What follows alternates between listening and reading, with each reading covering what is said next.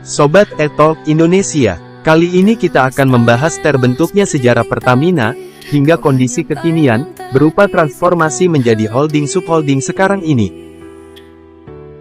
Pertamina atau Perusahaan Pertambangan Minyak dan Gas Bumi Negara, adalah sebuah badan usaha milik negara Indonesia yang bergerak di bidang penambangan minyak dan gas bumi.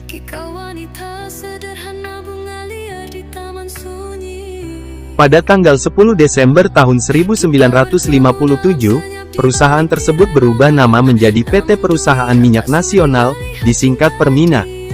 Tanggal ini diperingati sebagai lahirnya Pertamina hingga saat ini. Pada 1960, PT Permina berubah status menjadi perusahaan negara, PN Permina. Kemudian, PN Permina bergabung dengan PN Pertamin menjadi PN Pertambangan Minyak dan Gas Bumi Negara, Pertamina, pada tanggal 20 Agustus tahun 1968, melalui Undang-Undang Nomor 8 Tahun 1971, pemerintah mengatur peran Pertamina untuk menghasilkan dan mengolah migas dari ladang-ladang minyak serta menyediakan kebutuhan bahan bakar dan gas di Indonesia. Kemudian melalui Undang-Undang Nomor 22 Tahun 2001, pemerintah mengubah kedudukan Pertamina sehingga penyelenggaraan Public Service Obligation, PSO, dilakukan melalui kegiatan usaha. Berdasarkan Peraturan Pemerintah Nomor 31 Tahun 2003 tanggal 18 Juni tahun 2003, Perusahaan Pertambangan Minyak dan Gas Bumi Negara berubah nama menjadi PT Pertamina yang melakukan kegiatan usaha migas pada sektor hulu hingga sektor hilir. Pada tanggal 10 Desember tahun 2005, Pertamina mengubah lambang kuda laut menjadi anak panah dengan warna dasar hijau, biru, dan merah yang merefleksikan unsur dinamis dan kepedulian lingkungan.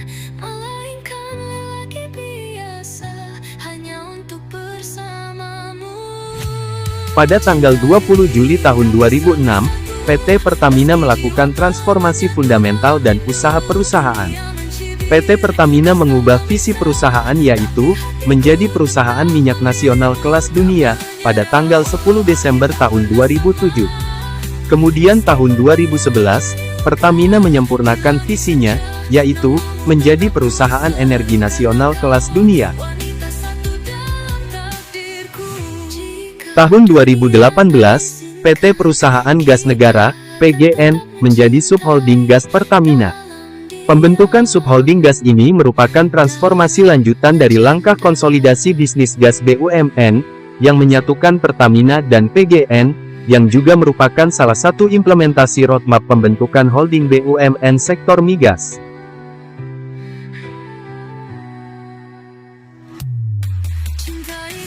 Pada tanggal 12 Juni tahun 2020, struktur perusahaan Pertamina mengalami transformasi menyusul ditetapkannya Pertamina oleh pemerintah melalui Kementerian BUMN Republik Indonesia sebagai holding company di bidang energi, yang membawahi 6 subholding, yaitu Upstream Subholding yang dijalankan oleh PT Pertamina Hulu Energi, Gas Subholding yang dijalankan oleh PT Perusahaan Gas Negara, Refinery dan Petrochemical Subholding yang dijalankan oleh PT Kilang Pertamina Internasional, Power dan NRE Subholding yang dijalankan oleh PT Pertamina Power Indonesia.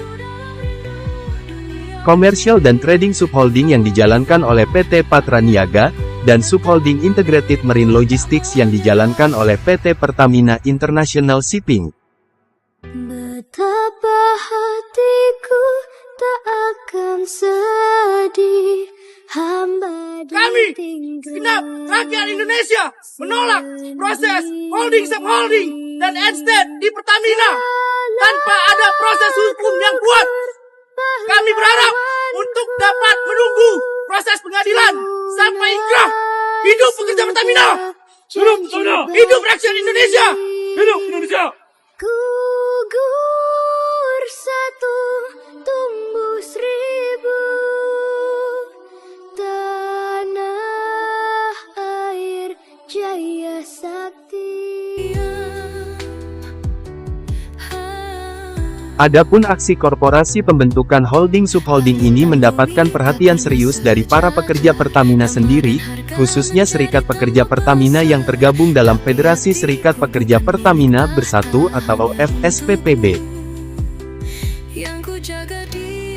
Federasi Serikat Pekerja Pertamina Bersatu, FSPPB menilai pembentukan holding subholding dan rencana penawaran saham perdana, Initial Public Offering, IPO, terhadap sejumlah anak usaha inti PT Pertamina bukanlah langkah yang tepat. Presiden FSPPB Ari Gumilar mengatakan, 3 dari 5 anak usaha yang direncanakan untuk IPO, yakni PT Pertamina Geothermal Energy, PT Pertamina International Shipping, dan PT Pertamina Hulu Energi, merupakan anak usaha inti dari Pertamina yang berkaitan dengan hajat hidup orang banyak sehingga rencana ini menimbulkan beberapa kekhawatiran.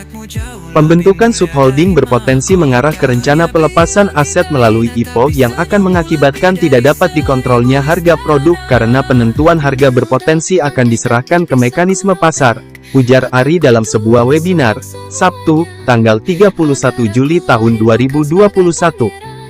FSPPB mencatat setidaknya ada 7 kekhawatiran yang muncul bila pembentukan holding subholding direalisasikan dan dilanjutkan dengan IPO terhadap anak-anak usaha Pertamina. Pertama, berpotensi melanggar Undang-Undang Nomor 19 Tahun 2003 tentang BUMN Pasal 77 huruf C dan D, yang menyebutkan bahwa persero yang tidak dapat diprivatisasi adalah persero yang bergerak di sektor tertentu yang oleh pemerintah diberikan tugas khusus untuk melaksanakan kegiatan tertentu yang berkaitan dengan kepentingan masyarakat. Kedua, besarnya potensi pajak yang harus dibayarkan sesuai dengan Peraturan Menteri Keuangan Republik Indonesia Nomor 52, PMK 010/2017 tentang penggunaan nilai buku atas pengalihan dan perolehan harta dalam rangka penggabungan, peleburan, pemekaran atau pengambil alihan usaha.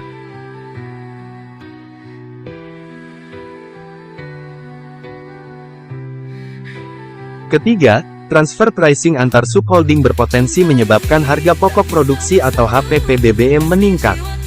Jika ini terjadi maka yang dirugikan adalah rakyat karena harus membeli BBM dengan harga yang lebih mahal.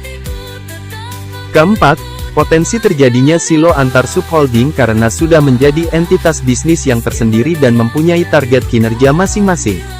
Kelima, kemampuan subholding dalam mengemban beban penugasan BBM PSO. Karena masing-masing subholding ditarget kinerja masing-masing, maka akan memungkinkan antar subholding saling bersaing ketimbang memikirkan kepentingan rakyat. Keenam, hilangnya privilege yang diberikan oleh pemerintah ketika subholding melakukan IPO. Ketika subholding dilakukan IPO atau Initial Public Offering itu artinya menjadi perusahaan privat, maka penugasan pemerintah tidak dapat lagi dilakukan pada perusahaan-perusahaan privat. Terakhir, rencana holding subholding dan IPO dikhawatirkan dapat mengancam ketahanan energi nasional dan program pemerataan pembangunan seperti BBM satu harga tak lagi dapat dilakukan atau terhenti. Begitulah sejarah transformasi Pertamina sejak awal hingga terbentuknya holding subholding saat ini. Nah, menurut kalian sendiri, bagaimana dengan adanya perubahan menjadi holding subholding ini? Akankah Pertamina semakin jaya dan semakin besar ke depannya, atau justru akan tergadai ke pihak swasta dan asing lewat penjualan anak usaha, subholdingnya, melalui mekanisme IPO?